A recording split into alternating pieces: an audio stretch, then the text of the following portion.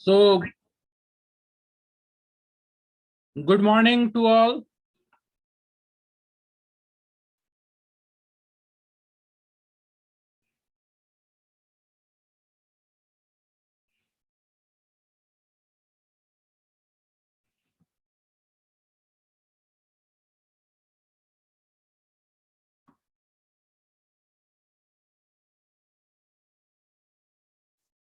So, let's start with a question. I am going to ask a question. You have to answer through chat. You have to answer through chat. And question is very easy question. Define political parties.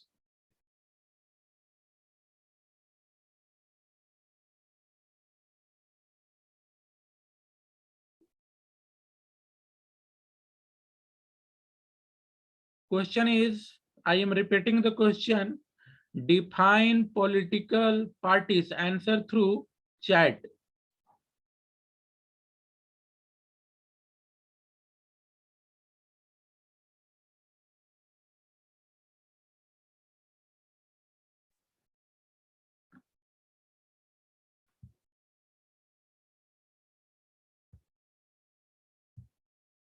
So first answer came from Sanjana. After that, Megha Verma, then Kirti Raj. After that, Swayam, Priya Bharti, Khushi Rani, Dij, Harsh Kumar, Khushbu. So near about 10 students responded out of 20. चलो ठीक है, अच्छी बात है, ठीक है. 10 out of 20 is a good ratio. And dear student, as a class teacher, मैं आपको बार बार यह बताते रहा हूं कि आपको अच्छे से प्रिपेयर करते रहना है टर्म 2 एग्जामिनेशन के लिए. और टर्म 2 एग्जामिनेशन की तैयारी करते समय आप सीबीएसई के सैंपल पेपर को आधार बनाइए. ठीक है. You are aware, teachers already sent you in your class WhatsApp group the sample question paper provided by CBSE for term 2. तो आप उसको अच्छे से देखो, कितने कितने नंबर के क्वेश्चन रहेंगे, इन टोटलिटी में कितने क्वेश्चन रहेंगे. सोशल साइंस है तो वहां मैप वर्क है, मैप वर्क कैसा रहेगा. ठीक है. और क्लासेस अपने तरफ से पूरा प्रयास करो सभी क्लास को करने का. और कोई टेस्ट अगर कोई टीचर ऑर्गेनाइज करते हैं तो उसको सीरियसली लेने का कि you have to achieve more and more marks in that test. Question था डिफाइन पॉलिटिकल पार्टी, तो बाद में लकी ने भी रिस्पॉन्स किया, सौरभ कुमार. ओके. और बाकी अरुल अनाग ने भी आंसर किया, Riddhi Sharma, Omi Ajaswini. And this seems good that so many students are responding. So dear students, we are going through the question answer of chapter number 7, outcome of democracy. जो चैप्टर 7 है, outcome of democracy political science में, उसके प्रश्न उत्तर को हम लोग देख रहे थे. उसमें हम लोग आगे बढ़ेंगे.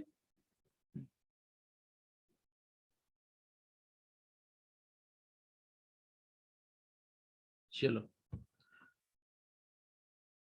तो प्रश्न उत्तर को समझना, प्रश्न को समझना एक बात है, और प्रश्न का आंसर लिखना। ठीक है, जब हम आंसर लिखते हैं तब हमें यह प्रयास करना चाहिए कि हम सॉलिड वर्ड्स को यूज करें। ठीक है, वैसे वर्ड्स को यूज करें जो टू द पॉइंट हो जाए आंसर के लिए। तो इन बातों का ध्यान रखना एग्जामिनेशन में भी, और क्वेश्चन किस लहजे में पूछा गया है। बातें वही होंगी पर क्वेश्चन के अनुसार जो वर्ड है वह थोड़ा इधर उधर होकर के यूज होता है। यस्टरडे, कल हम लोगों ने क्वेश्चन 1 देख लिया, 2 देख लिया, 3 देख लिया।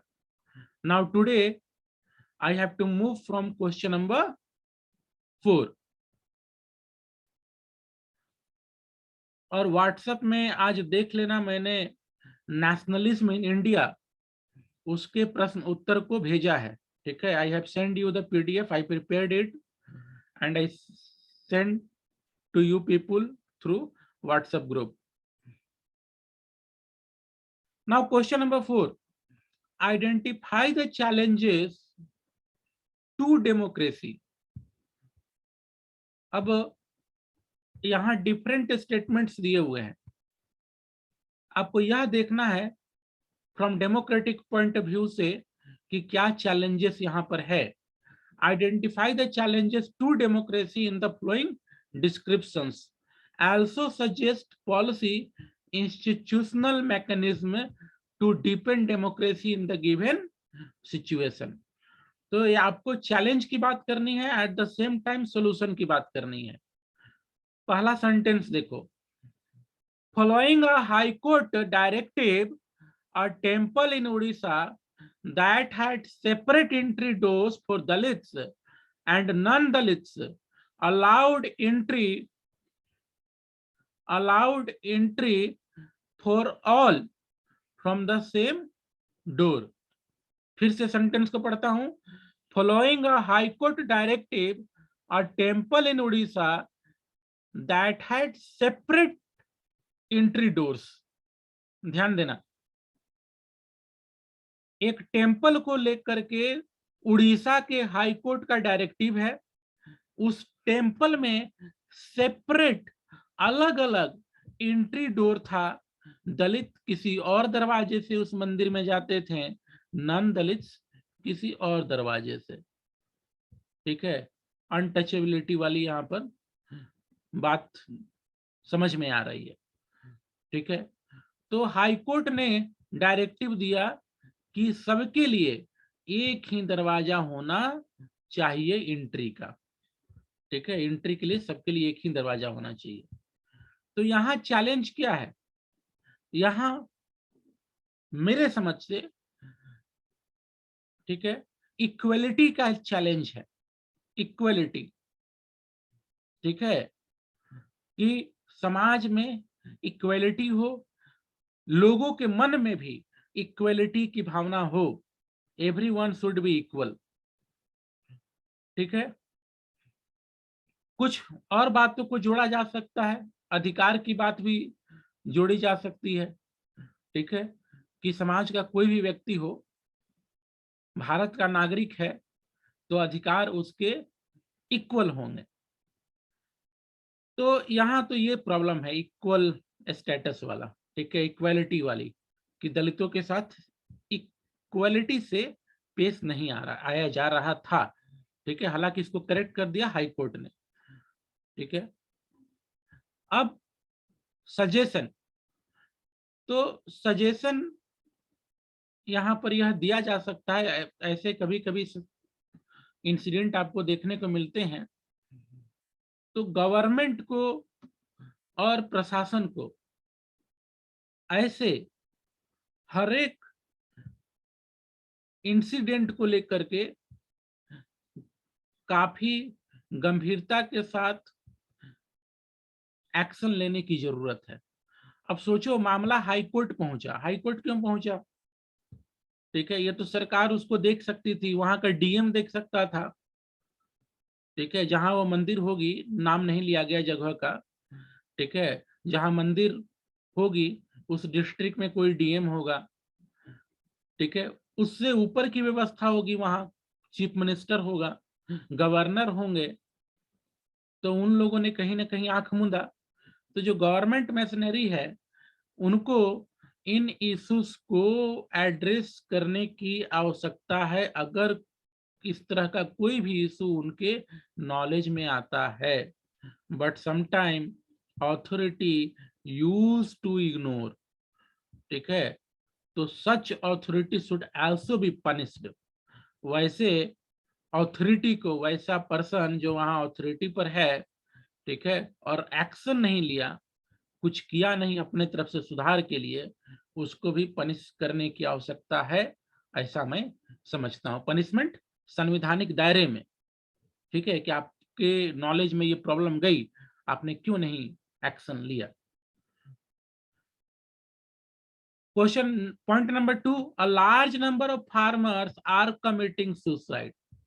फार्मर का मुद्दा ये बड़ा लॉन्ग टाइम इशू है, ठीक है, लॉन्ग टाइम इशू। मुझे लगता है कि जब से फार्मिंग, ठीक है, ऑक्यूपेशन का रूप लिया होगा, तब से ये इशू है, ठीक है, फार्मर वर्सेस द अरेंजमेंट, ठीक है, गवर्नेंस।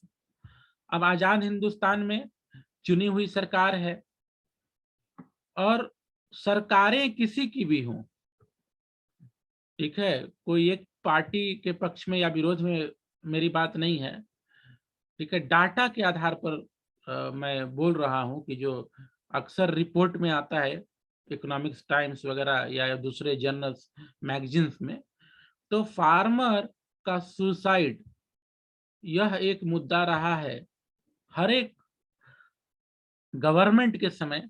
कभी कुछ आंकड़े कम होते हैं, कभी बढ़ जाते हैं। तो मैंने कई बार जिक्र किया, इकोनॉमिक्स पढ़ाते समय भी आपको जिक्र किया था कि फार्मिंग सबसे रिस्की बिजनेस है। अब बहुत सारे लोग, हमारे फ्रेंड लोग, व्हाट्सएप, किसान का जब आंदोलन चल रहा था तो उस समय व्हाट्सएप वगैरह पे आता था कि फार्मिंग भी तो बिजनेस है, तो कभी नफा तो कभी नुकसान से हो। बट मेरा ये तर्क है कि फार्मिंग एक ऐसा बिजनेस है जहां रिस्क ज्यादा है, ठीक है। किसान ने मेहनत किया, फसल कटने वाली है कल, आज के डेट में पता चला कि रात में भारी बारिश हो गई, उस किसान को बेचारे को नुकसान हो गया। देखिए, दूसरे बिजनेस में जो रिस्क है वो कैलकुलेटेड है, आप उसका कैलकुलेशन कर सकते हो और वो एक्सेप्शन में है। लेकिन फार्मिंग का जो रिस्क है वह नेचर से जुड़ा हुआ है, और नेचर आज तक कोई बांध नहीं पाया है, ठीक है, कुछ प्रयास जरूर हुए हैं, पर टोटली नेचर को बांध लिया हो या 1% भी बांध लिया हो, ऐसा हुआ नहीं है। तो अब यहाँ प्रॉब्लम यह है कि फार्मर्स की जो पुअर इकोनॉमिक कंडीशन है उसको गवर्नमेंट को, गवर्निंग बॉडीज को एड्रेस करने की जरूरत है।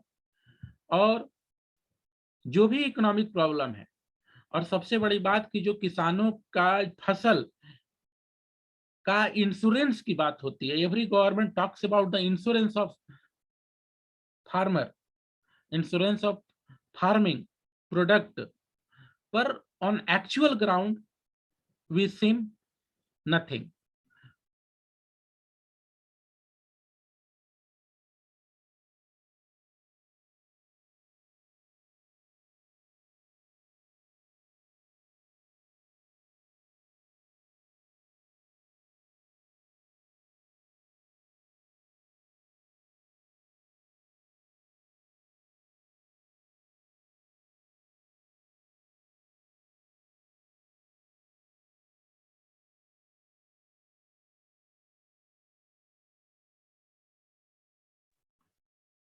सो point number 3,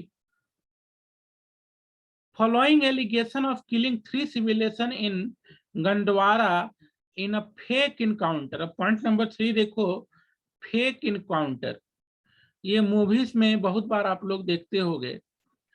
is my screen visible?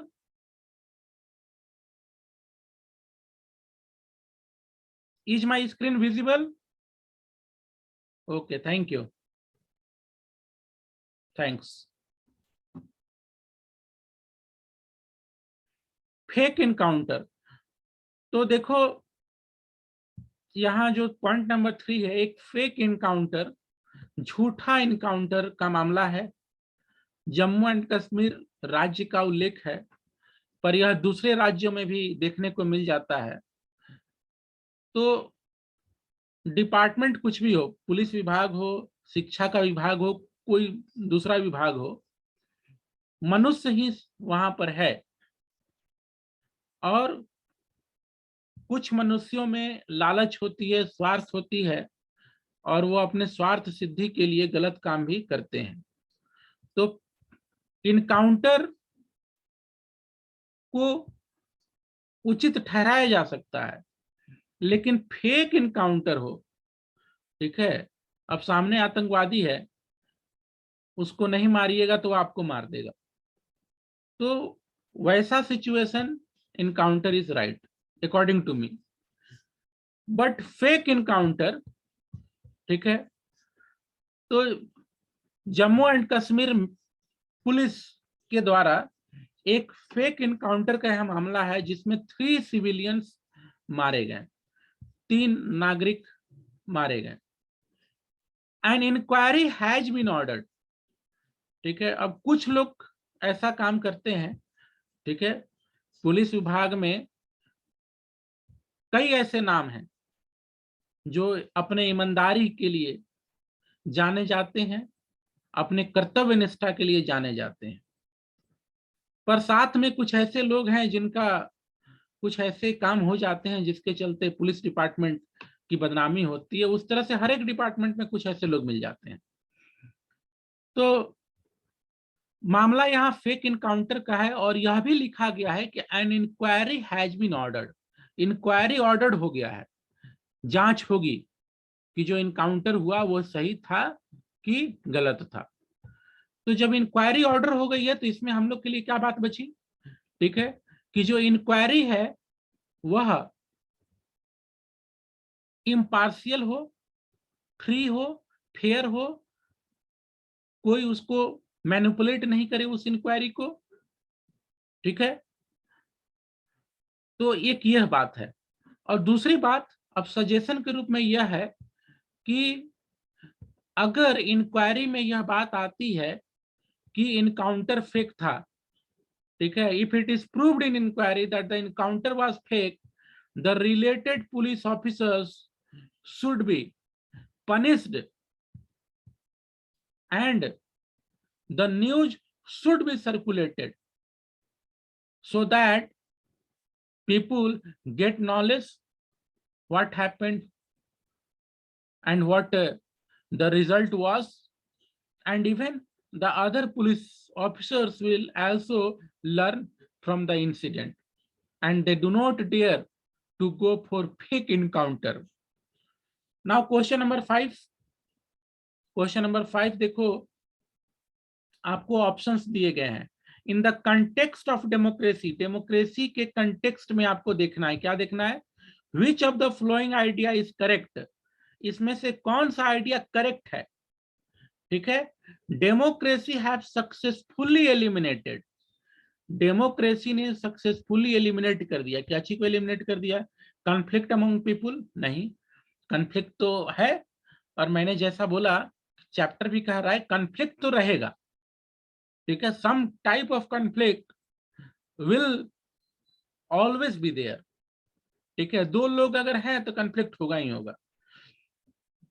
Economic inequality among people, नहीं, इकोनॉमिक इनइक्वालिटी है ही है, मेरी स्थिति आपको पता है, ठीक है, और कुछ उद्योगपतियों की स्थिति आपको पता होगी, सांसदों की स्थिति पता होगी, तो इकोनॉमिक इनइक्वालिटी तो है। Difference of opinion, how marginalised sections are to be treated, जो मार्जिनलाइज्ड सेक्शन है, ठीक है, उनसे व्यवहार कैसा करना है, ठीक है, तो सबका अपना अपना सोच है कि कैसे उनसे व्यवहार करना है। The idea of political inequality, तो यह आंसर है, आंसर डी, आंसर डी। बच्चों अलर्ट रहने का जरूरत है, इन क्वेश्चंस में बहुत से नामी पब्लिकेशन के किताबों में मैं कुछ और आंसर देखता हूं और मुझे थोड़ा ताज्जुब भी होती है। ठीक है, नामी नामी पब्लिकेशन का नाम यहां से नहीं लूंगा। ठीक है, ये आपको रिकॉर्डिंग में भी जाएगा, वहां पर भी जाएगा, तो किसी का नाम क्यों लेना, वो मेरे सिद्धांत में भी नहीं है। पर आप सैंपल पेपर जब पढ़ो तो थोड़ा एनसीईआरटी के किताब को देखते रहो। ठीक है, कोई कोई ऐसे प्रश्न हैं जहां आपको एनसीईआरटी का टेक्स्ट से अलग मिल जाएगा कहीं पर आपको। तो इस टेक्स्ट के अनुसार the answer will be the idea of political inequality. Democracy ने सक्सेसफुली इसको खत्म कर दिया। ठीक है, किसको? Idea of political inequality. जो पॉलिटिकल इनइक्वालिटी का आइडिया था कि फलना जाति वाला ही बनेगा प्रधानमंत्री या मुख्यमंत्री, ठीक है, या कोई रॉब वाले जगह पर होगा, ये पहले थोड़ी सी सोच चलती थी। ठीक है, तो आइडिया आइडिया ध्यान देना, आइडिया ग्राउंड पर आपको पॉलिटिकल इनइक्वालिटी देखने को मिलेगी, पर जो सोच में है वो अब नहीं है। ठीक है, कॉन्स्टिट्यूशन जो है पॉलिटिकल इक्वलिटी स्थापित की है। So question number 5 answer will be option number D. Answer will be option number D. Now moving to question number 6, in the context of assessing democracy which among the following is odd one out। ध्यान देना, एक word से answer दूसरा हो जाता है। आपको democracy को असेस करना है, ठीक है, और ओड वन आउट, जो ये 4 में ओड वन आउट है, तो फ्री एंड फेयर इलेक्शन होना चाहिए, डिग्निटी ऑफ इंडिविजुअल होना चाहिए, इक्वल ट्रीटमेंट बिफोर लॉ होना चाहिए, मेजोरिटी रूल। तो ये जो है ऑड वन आउट है। ठीक है, मेजोरिटी रूल जो है, ठीक है, डेमोक्रेसी नीड्स टू इंश्योर। तो डेमोक्रेसी को फ्री एंड फेयर इलेक्शन तो इंश्योर करना चाहिए, डिग्निटी ऑफ इंडिविजुअल भी, इक्वल ट्रीटमेंट बिफोर लॉ भी, लेकिन मेजोरिटी रूल हो। अब यहाँ मेजोरिटी रूल का संदर्भ क्या है? धर्म के आधार पर, जाति के आधार पर, या रेस के आधार पर, भाषा के आधार पर मेजोरिटी रूल, तो वह नहीं होना चाहिए। ठीक है, तो इस तरह से क्वेश्चन नंबर 6 का आंसर होगा सी। 6 का आंसर होगा सी, और 6 का आंसर मैंने जितना भी जगह देखा है वो यही आंसर देखा है। ठीक है, क्वेश्चन नंबर 5 में डिफरेंसेस देखा हूं। ठीक है, मेरा आंसर क्या है? डी 5 के लिए, 6 के लिए सी। नाउ 7 देखिए, 7 भी अलग अलग जगहों पर आप अलग अलग आंसर देखोगे, लेकिन कुछ लाइट में आपको चीजों को समझना है। और लाइट क्या है? Studies on political and social inequality. देखिएगा, पॉलिटिकल सोशल इनइक्वालिटी के अध्ययन, अध्ययन किसका हो रहा है? ठीक है, पॉलिटिकल सोशल इनइक्वालिटी का, लोकतंत्र में। लोकतंत्र में, तो जब लोकतंत्र में हो रहा है तो ये दोनों तो हटा ही दीजिए ऑप्शन में। ठीक है, सी और डी ऑप्शन में हट गया, बचा ए और बी। कुछ जगह आप देखोगे ए, ठीक है, लेकिन आंसर होगा B. Option number B is the answer. Inequality exist in democracy. अगर हम अध्ययन देखते हैं पॉलिटिकल और सोशल इनइक्वालिटी का, तो हम पाते हैं कि इनइक्वालिटी डेमोक्रेसी में एग्जिस्ट करती है। अमेरिका का डेमोक्रेसी हो या भारत का डेमोक्रेसी हो, आप देखोगे इनइक्वालिटी। अब पॉलिटिकल इक्वालिटी देखो, कॉन्स्टिट्यूशन ने तो इक्वल कर दिया है, पर ग्राउंड में अगर देखा जाए तो जिसके पास पैसे हैं उसको एडवांटेज रहता है, जिसके पास पैसे नहीं है वो चुनाव में बहुत हिम्मत करेगा तब आ सकता है, या कुछ वैसा उसका लक हो जाए। लेकिन जो पैसे वाले हैं उनके लिए क्या है, 70 लाख रुपया ऐसे ही खर्च कर दिए, समझो एक पार्टी है, फंक्शन है। दूसरी और बातें भी हैं। अब डेमोक्रेसी का ही मामला है, और यहाँ पर एक एग्जाम्पल हम लोगों ने देखा कि हाई कोर्ट को इंटरफेयर करना पड़ा कि नहीं, मंदिर में एक ही दरवाजा होगा सबके लिए एंट्री का, तो डेमोक्रेसी के अंदर ही वो घटना घटी। कभी कभी ऐसे घटनाएं न्यूज़पेपर के हेडलाइंस में शामिल होती हैं, ठीक है। और ये केवल आपकी देश की बात नहीं है, ऑल ओवर द वर्ल्ड। तो अब कुछ लोग देखो democracy and development go together ये वाली बात बोलते हैं, तो ये ऑप्शन नहीं होगा, ठीक है। इस क्वेश्चन के रिलेशन में ये ऑप्शन नहीं होगा, क्योंकि यहाँ पॉलिटिकल और सोशल इनइक्वालिटी की बात हो रही है। तो आंसर में भी हमने इनइक्वालिटी को जगह दिया, एग्जिस्ट इन डेमोक्रेसी। इनइक्वालिटी भी है और डेमोक्रेसी भी है। So question number 7 answer will be B. Answer will be B.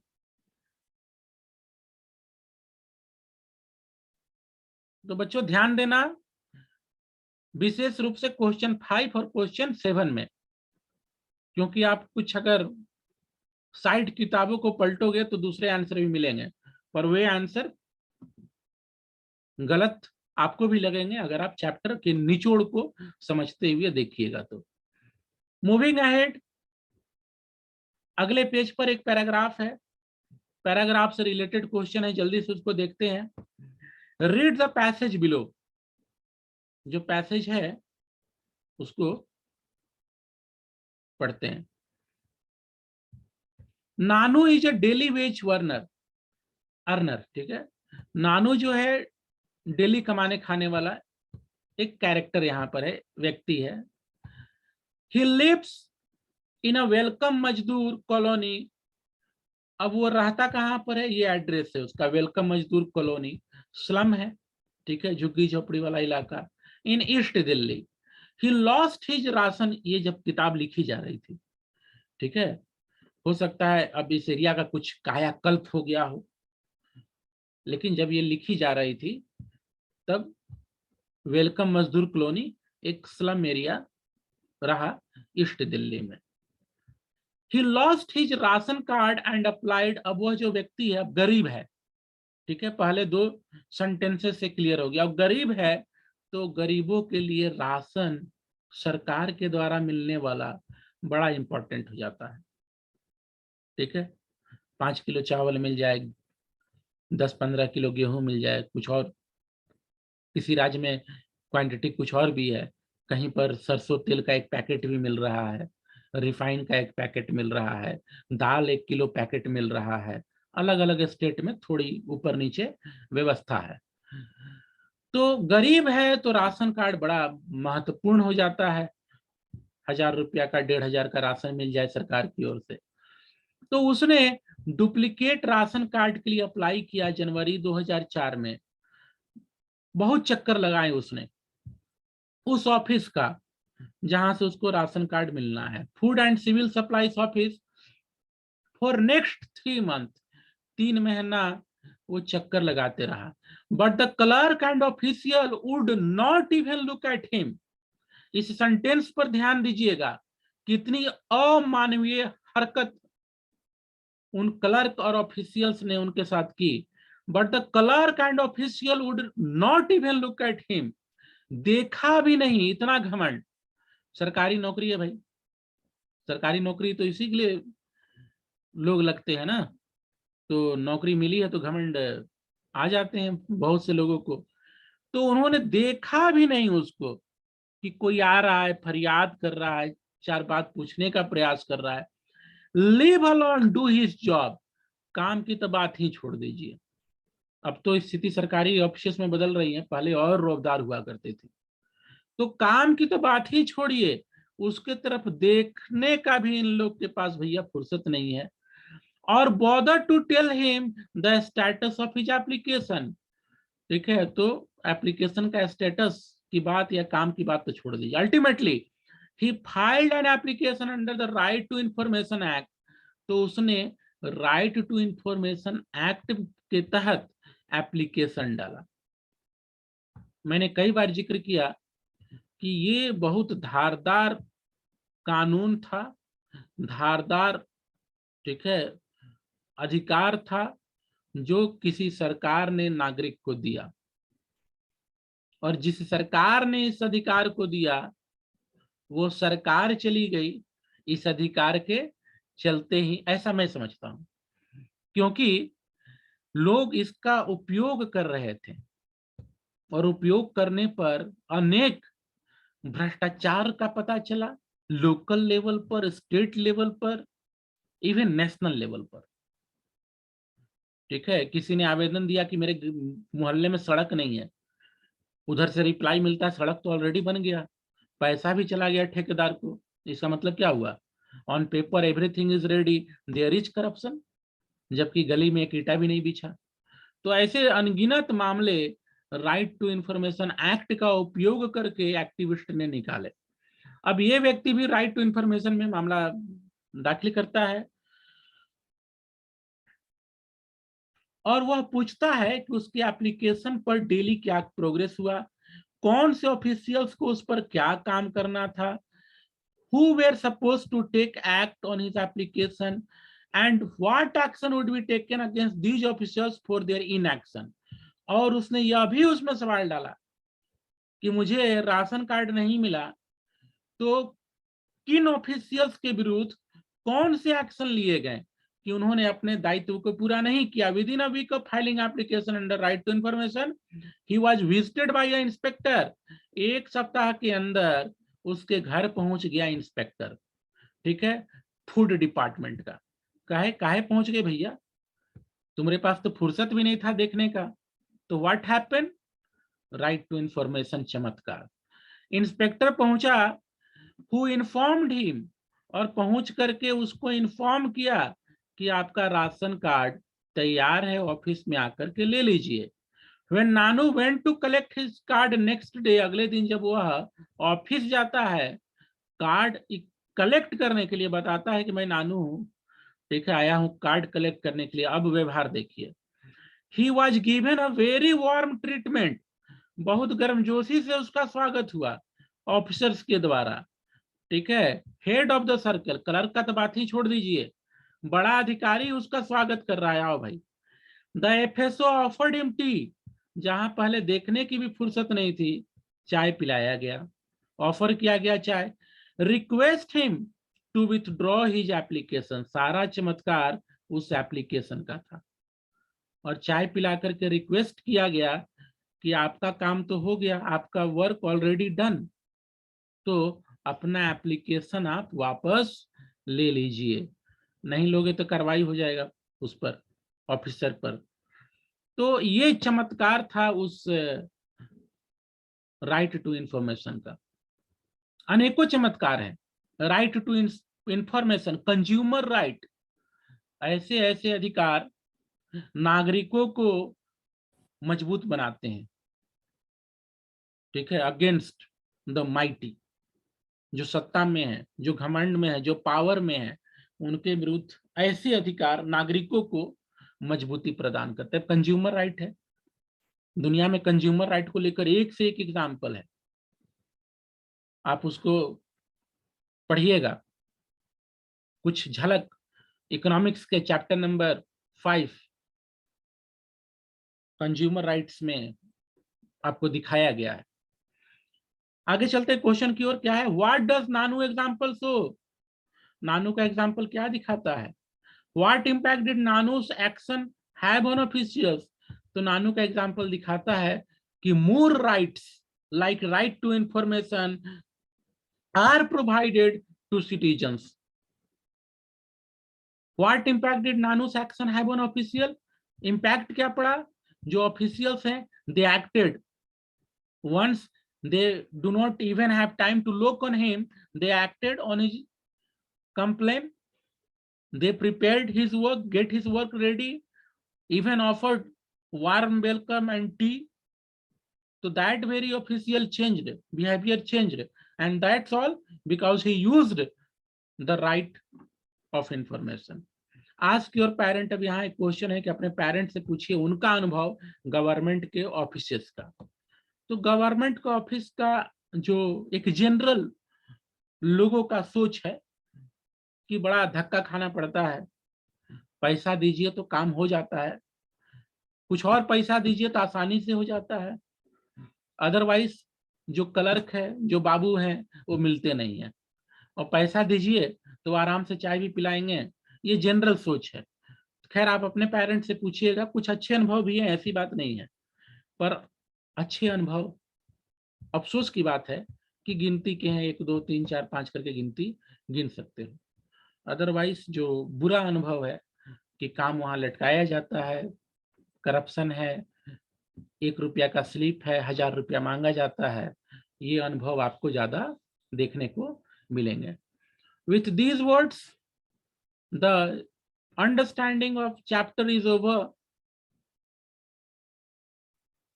Make note, make your copy ready with question answer of chapter number 2 in history, nationalism in India. Now with these words I am ending the class. Thank you, have a nice day, God bless you all. If any question, put it personally on my WhatsApp number. Thank you, have a